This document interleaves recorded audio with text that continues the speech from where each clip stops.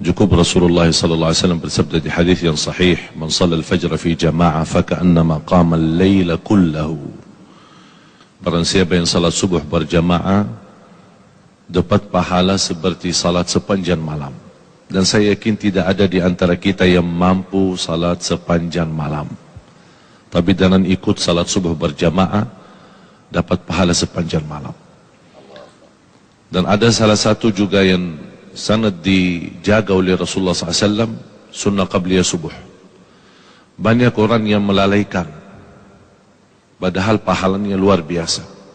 Raka'ata al-fajri khairun minad dunya wa ma fiha.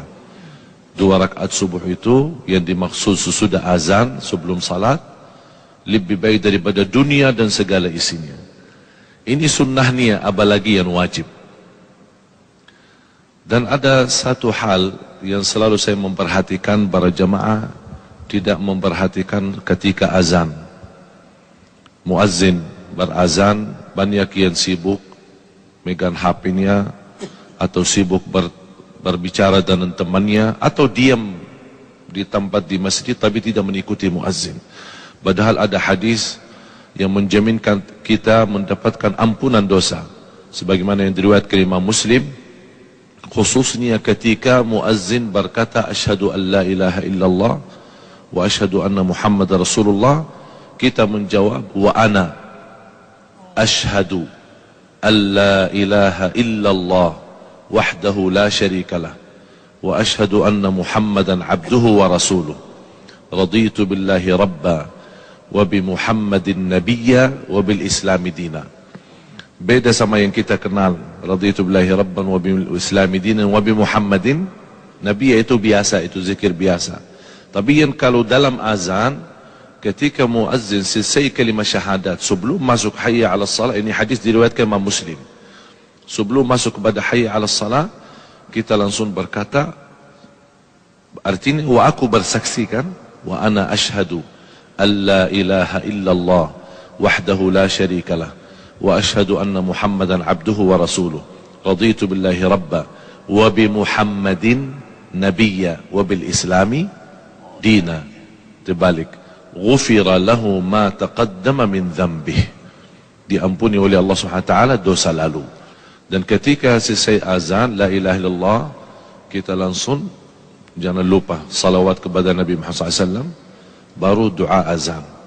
Banyak orang yang suka doa azan tanpa salawat, padahal Rasulullah SAW bersabda, man qala hina yasma'ul adhan thumma salla alayya, di riwayat Imam Bukhari, bersalawat kepadaku. Jadi fantas kalau kita memulai Allahumma salli ala Muhammad wa ala ali Muhammad, Allahumma rabb hadhihi ad-da'wati at-tamma was-salati al-qa'imah ati Muhammadin wasilata wal fadila wa ba'athu maqam Muhammad alladhi wa'adta innaka la tukhliful mi'ad. Tambahan innaka la tukhliful mi'ad di luar sahih Bukhari, tapi disahihkan dan dihasankan oleh sebagian besar ulama. Innaka la tukhliful mi'ad. Apa yang kita dapat? Hullat lahu syafa'ati yaumal qiyamah. Terjamin dapat syafaat Rasulullah SAW.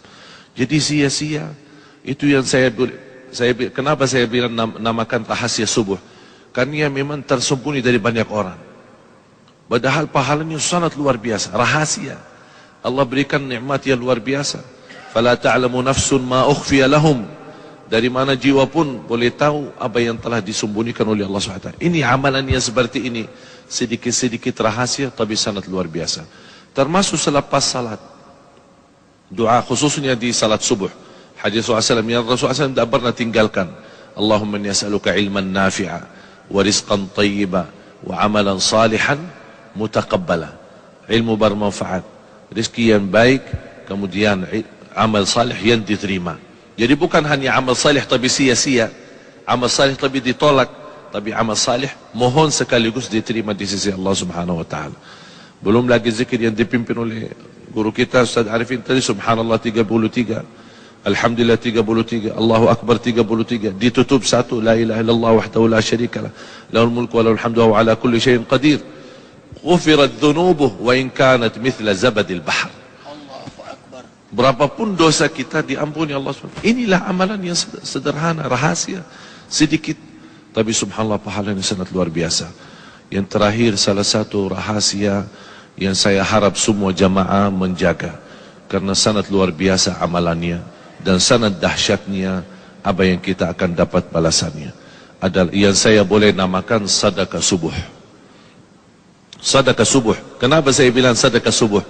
Karena setiap subuh sebagaimana di hadis yang diriwayatkan Imam Bukhari dan bahkan hadis muttafaqun alaih, setiap subuh ada dua malaikat berdoa. Allahumma a'ti munfiqan khalafa wa'ti mumsikan talafa. Setiap subuh malaikat berdoa, ya Allah berikan pengganti dan barakah bagi orang yang berinfak. Bahkan saya usulkan kepada jamaah ada satu tabungan, boleh dinamakan tabungan subuh, khusus buat subuh. Wallahi demi Allah jamaah sekalian, tidak ada yang menjaga amalan ini secara rutin.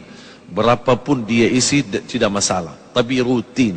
Istri bunia, bapa bunia, anak bunia, cucu bunia, supir kita bunia, pembantu kita sudah bunia, masing-masing bunia satu. Biasakan mereka mengisi tabungannya di setiap lepas subuh, karena di situ dapat doa malaikat. Bukan hanya doa malaikat, bahkan ada lagi doa Nabi Muhammad SAW. Burika li ummati fi bukuriha. Di riwayat lain, Allah membarik li ummati fi bukuriha. Berkahi. Saya kenal satu orang punya hutan, Allah Maha tahu bagaimana besarnya hutannya. Saya berikan itu amalan, tolong jaga. Subhanallah, Allah berikan banyak kemudahan sampai dia bisa tuntas dan lunas hutangnya. Luar biasa amalan sedekah subuh menjadi salah satu amalan yang rutin, walaupun sedikit-sedikit tapi istiqamah. Karena Allah paling cinta amalan hamba sedikit-sedikit tapi istiqamah. Sedekah itu di situ akan disertai doa malaikat. Allahumma a'ti munfiqan khalafa. Itu yang harus kita selalu hadirkan, bukan hanya menjadi sebuah kebiasaan, tapi menghayati luar biasa. Di situlah akan terasa perubahan. Tidak sampai 1 minggu 2 minggu, Anda akan banyak merasa banyak perubahan luar biasa. Dari segi rezeki, dari segi ketenangan, dari segi fikiran, bahkan dari segi ibadah. Begitu luar biasa sahabat Rasulullah SAW. Seperti Abu Bakar radhiyallahu anhu, bagaimana Rasulullah SAW bertanya, siapa yang bersedekah subuh ini? Abu Bakar jawab saya. Siapa yang silaturahim orang sakit? Jawab Abu Bakar saya. Siapa selalu Abu Bakar radhiyallahu anhu selalu duluan. Sampai kata Umar Khattab radhiyallahu anhu, saya tidak sanggup lagi untuk melawan berbuat kebaikan berlumba-lumba dengan Abu Bakar Siddiq radhiyallahu anhu. Ada yang menjelaskan oleh ahli tafsir, masyhudah bacaan kita disaksikan. Di riwayat tafsiran malaikat menyaksikan.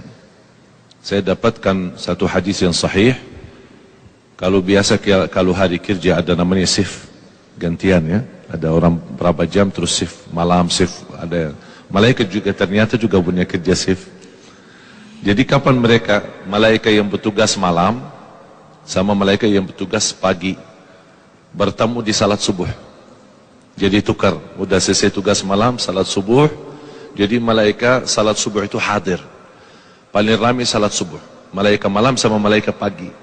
Malaikat pagi yang baru turun ikut salat subuh. Malaikat malam selesai salat subuh baru naik bawa laporan malam. Terus menerima kerjaan baru oleh malaikat pagi. Oleh karena itu inna Quran al-Fajr kana mashhuda. Malaikat pun hadir. Oleh karena itu kita merasa rauhaniyah kita, batin kita lebih nikmat ketika salat subuh. Dan saya ingin lain kali kalau imam salat subuh tolong lebih panjang lagi biar kita bisa nikmat.